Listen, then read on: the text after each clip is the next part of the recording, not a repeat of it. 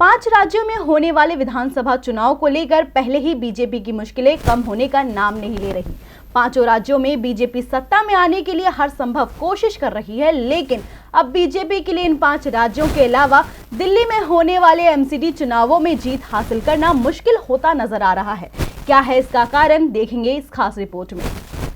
दिल्ली में होने वाले एमसीडी चुनाव में भी बीजेपी के सामने चुनौतियां खड़ी हो रही हैं और इस बार बीजेपी के लिए एमसीडी चुनाव में भी जीतना दूर की कौड़ी नजर आ रहा है।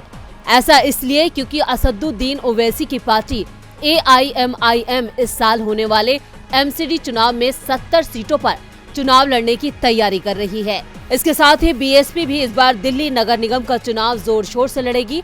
आपको बता दें कि पिछली बार यानी 2017 के चुनाव में AIMIM ने एक भी सीट पर जीत हासिल नहीं की थी, जिसके बाद पार्टी ने अपनी रणनीति में थोड़ा बदलाव करते हुए मुस्लिम और दलित आबादी वाले क्षेत्रों पर ध्यान केंद्रित किया है। वहीं दूसरी तरफ पिछले चुनावों में 3 सीट जीतने वाली बहुजन समाज पार्टी भी अधिकांश सीटों पर चुनाव लड़ने की तैयारी कर रही है।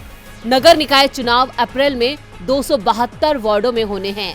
AIMIM दिल्ली के प्रदेश अध्यक्ष कलीमुल हफीज ने कहा है कि पार्टी ने वार्ड सर्वेक्षण किया है और फैसला किया है कि उसका मुख्य जोर पूर्वी एमसीडी के तहत 30 सीटों पर और उत्तरी निगम में 20 से अधिक और दक्षिण एमसीडी में 15 सीटों पर होगा। पार्टी का मुख्य चुनावी मुद्दा अनधिकृत कॉलोनियों, झुग्गियों और पुरानी दिल्ली के मुस्लिम और दलित इलाकों पर ध्यान देना रहेगा, जहां विकास के सभी मानकों पर ध्यान नहीं दिया गया है, चाहे वो सफाई हो, स्वास्थ्य व्यवस्था हो या फिर शिक्षा की व्यवस्था हो।